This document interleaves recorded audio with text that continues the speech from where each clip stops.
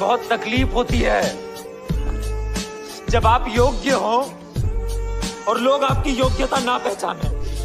तो कहानी स्टार्ट होती है और हमें एडलिन दिखाई जाती है। एडलिन का जन्म 1 जनवरी 1908 में हुआ था, यानी न्यू ईयर के दिन। उस दिन पैदा होने वाली एडलिन पहली बच्ची थी। समय के साथ साथ एडलिन भी बड़ी होती है और एक दिन जब वो अपनी माँ के साथ एक ब्रिज को देखने गई थी कि तभी वहाँ पर एक इंजीनियर जेम्स से उसकी मुलाकात होती है। उन दोनों को एक ही नजर में एक दूसरे से प्यार हो जाता है और बहुत ही जल्द वो दोनों शादी भी कर लेते हैं। शादी के कुछ सालों के बाद एडलिन को एक बेटी होती है जिसका नाम वो अपनी ग्रैंडमदर के नाम पर रखती है, यानी फ्लेमिंग। पर इसके कुछ सालों के बाद ही अचानक से एक दिन उस पुल पर काम करते करते उस पुल के गिर जाने की वजह से जेम्स की मौत हो जाती है। एडलिन को जब ये खबर मिलती है तो वो बहुत बुरी तरह से टूट जाती है और अपने आप को संभालने के लिए जब वो अपने पेरेंट्स के घर वापस जा रही थी कि तभी रास्ते में बहुत ज्यादा धुंध होने की वजह से एडलिन को ठीक से रास्ता नहीं दिखाई देता, जिससे वो अपनी कार को एक नदी में क्रैश कर देती है। नदी का पानी बहुत ठंडा था और एड्रेलिन पानी में जाते ही जमने लगती है।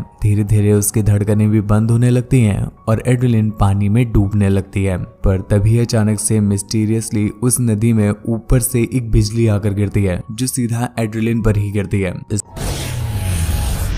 से अचानक से ही एड्रेलिन की धड़कनें चलना दोबारा स्टार्ट हो जाती है और वो अपने आप ही पानी के ऊपर आ जाती है। फिर वो किसी तरह से नदी के किनारे आई और अपने पेरेंट्स के घर पर जाती है। पर उस दिन के बाद से ही अचानक से एड्रेलिन के अंदर काफी सारे चेंजेस आने लगते हैं, पर अभी भी एड्रेलिन को इन सब चीजों की कोई खबर नहीं होती। धीरे धीरे समय बीतता रहता है और सालों बीत जाते हैं, पर एड्रेलिन की उम्र बढ़ती ही नहीं है। लेकिन वहीं पर दूसरी तरफ जो इसकी बेटी थी फ्लेयर, वो दिन पर दिन बढ़ती जा रही थी और एक समय के बाद तो लोग ऐसा बोलने लगे थे कि एड्रेलिन और फ्लेयर दोनों बहनें लगती हैं। ये हालांकि सुनने में तो बड़ी अच्छी चीज लगती है, पर एड्रेलिन को इन सब चीजों का बड़ा नुकसान झेलना पड़ता है। अक्सर उसे ट्रैफिक पुलिस भी रोक लिया करती थी क्योंकि उसके लाइसेंस में उसकी एज 45 ईयर्स लिखा हुआ था, लेकिन वो देखने में कहीं भी 30 ईयर्स से ज्यादा नहीं लगती थी। इन सब चीजों से वो इतना परेशान हो जाती है कि वो उस जगह को छोड़कर दूसरी जगह पर शिफ्ट हो जाती है और यहाँ जाकर वो मेडिसिन की पढ़ाई करने लगती है। लेकिन काफी सारी बुक्स और रिसर्चेस को पढ़ने के बाद भी उसे उसके इस डिसऑर्डर का कोई इलाज नहीं मिल रहा था। एड्रेलिन इन सब चीजों से अभी कुछ कम परेशान थी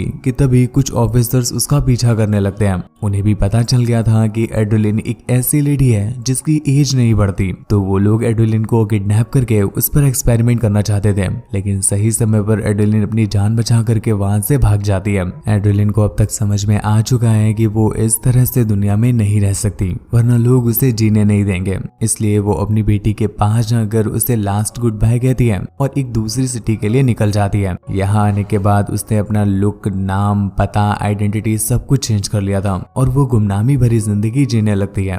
धीरे धीरे जब उसे यहाँ पर भी कुछ समय होने लगता है और लोग उस पर शक करने लगते हैं, तो वो ये जगह भी छोड़कर चली जाती है। ऐसे करते करते काफी साल बीत जाते हैं और अब एड्रेलिन ने दुनिया की बहुत सारी कंट्रीज को विजिट कर लिया था। इसी चलते एक दिन जब वो एक न्यू ईयर पार्टी में आई होती है जहाँ पर एलिस पहले से ही मौजूद था, वो जब एड्रेलिन को देखता है तो पहली ही नजर में उसके प्यार में पागल हो जाता है। एड्रेलिन के पास जाकर वो उससे कुछ बातें करता है, लेकिन कुछ ही समय में एड्रेलिन को भी ये बात समझ में आ जाती है, तो वो उससे दूरियां बनाने लगती है क्योंकि अब एड्रेलिन किसी के साथ कोई भी अटैचमेंट नहीं रखती है और ना ही ज्यादा कोई फ्रेंड बनाती है, क्योंकि वो नहीं चाहती कि किसी को भी उसके इस राज के बारे में पता चले। अगले दिन वो एक रेस्टोरेंट में जाती है जहाँ पर उसकी बेटी फ्लेमिंग आई हुई थी।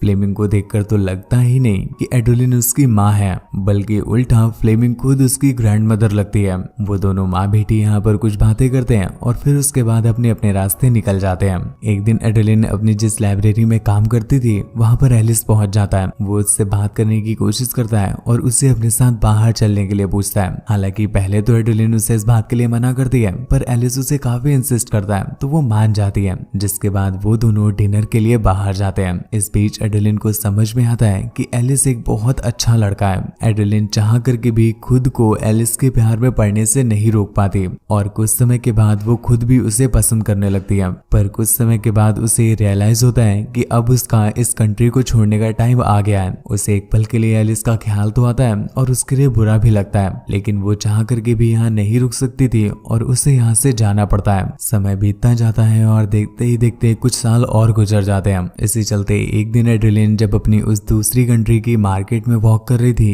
कि तभी उसके सामने एलिस आ जाता है। एड्रेलिन को समझ नहीं आता कि आखिर एलिस ने उसे ढूंढा कैसे। तो एलिस उसे बताता है कि उसने उसकी लाइब्रेरी से उसका एड्रेस निकाला था। एड्रेलिन को ये बात बिल्कुल पसंद नहीं आती, तो वो गुस्से में उससे वहां से जाने के लिए कहती है। अब तक एलिस को भी शायद ऐसा लगने लगा था कि कभी भी एड्रेलिन उसे पसंद नहीं करेगी, इसलिए वो भी खुद को मना करके वहां से चला जाता है। अगले दिन फ्लेमिंग जब उससे मिलने के लिए आती है तो उन दोनों के बीच कुछ बातें होती है। इस बीच एड्रेलिन फ्लेमिंग को बताती है कि वो भी एलिस को बहुत पसंद करती है, लेकिन वो नहीं चाहती कि एलिस को ये बात पता चले और उसका दिल टूटे, इसीलिए वो एलिस को मना कर रही है। पर फ्लेमिंग उसे समझाती है कि वो कब तक दुनिया से भागती रहेगी, उसे अपनी रियलिटी को एक्सेप्ट करना चाहिए और इस सच को भी अडॉप्ट कर लेना चाहिए। एलिस के बारे में तुम बताती हो कि वो इतना अच्छा लड़का है, तो जब तुम उसके साथ ये बात शेयर करोगी तो वो भी तुम्हें समझेगा।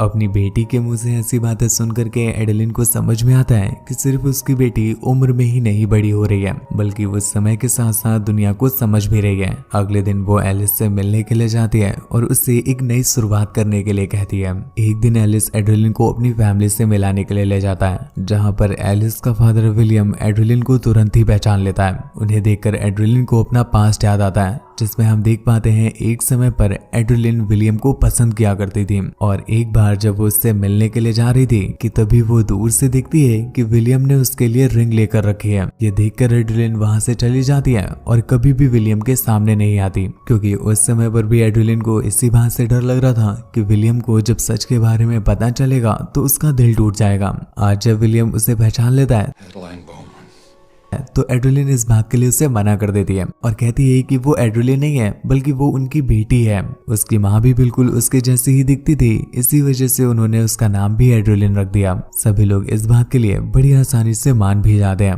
पर एक दिन विलियम एड्रेलिन के हाथ में एक चोट के निशान को नोटिस करता है। ये वही निशान था जब वो विलियम के साथ एक बार जंगलों में घूमने गई थी और गलती से उसके हाथ में चोट लग गई थी, तो विलियम ने खुद से ही उसके घावों पर स्टिचिंग की थी। ये देखकर विलियम एड्रेलिन से सब सच जानने लगता है, पर इस बारे में तो खुद एड्रेलिन को भी नहीं पता था कि उसके साथ ये सब चल के आ रहा है। वो बस उसे अपने इंसिडेंट के बारे में ही बता पाती है और ये कहकर वो वहां से भाग जाती है। जाने से पहले वो एलिस के लिए एक लेटर लिखती है, जिसमें उसने लिखा था कि मुझे माफ कर दो, मैं ये सब नहीं कर सकती और ना ही मैं तुम्हें समझा सकती हूँ। ये बोलकर वो वहां से निकल जाती है और चारों तरफ एलिस उसे ढूंढने लगता है। वो एड्रेलिन को बहुत कॉल भी करता है, पर एलिस उसके किसी भी कॉल का कोई रिस्पॉन्स नहीं देती। पर अब एड्रेलिन को एलिस के लिए काफी बुरा लग रहा है, क्योंकि वो सालों से बस एक देश से दूसरे देश भागती ही आ रही है। इस बीच ना ही वो कभी चैन से रह पाई है और ना ही उसने कभी किसी को प्यार दिया है, बस उसने सबका दिल ही तोड़ा था। अब वो नहीं चाहती है कि ऐसा कुछ एलिस के साथ भी हो, इसलिए वो कार को वापस मोड़ने लगती है।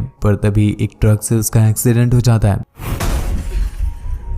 और उसकी कार जंगलों में चली जाती है, जहां पर एलिस ठंडी जमीन में पड़ी हुई थी और बर्फ गिरने लगती है। धीरे धीरे उसकी धड़कनें भी रुक रही थी और ये सब कुछ वैसे ही हो रहा था जैसा मूवी की स्टार्टिंग में हो रहा था। लेकिन फॉर्चुनेटली सही समय पर एलिस वहां पहुंच जाता है और एड्रेलिन को बचा लेता है। हॉस्पिटल में एड्रेलिन को काफी सारे इलेक्ट्रिक शॉक दिए जाते हैं, जिसके बाद फाइनली वो होश में आ जाती है। एड्रेलिन एलिस को अपना सब सच बता देती है और वो ये भी बता देती है कि एक टाइम पर उसने उसके डैड के साथ भी समय बिताया है। पर इन सब को जानने के बावजूद भी एलिस के प्यार में जरा सा भी फर्क नहीं पड़ता। वो अभी भी उससे उतना ही प्यार करता है जितना वो उससे पहले करता था।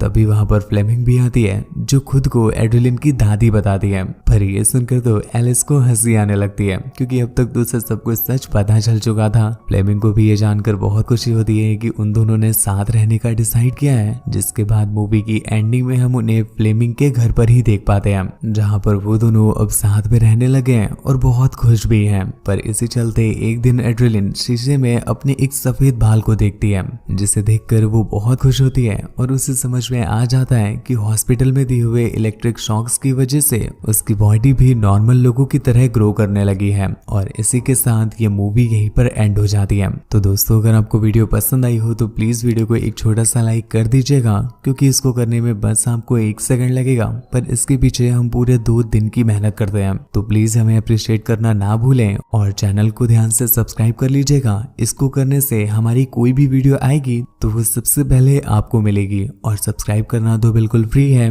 मुझसे बात वगैरह करनी हो या मुझे देखना चाहते हैं तो आप इंस्टाग्राम पर आ सकते हैं।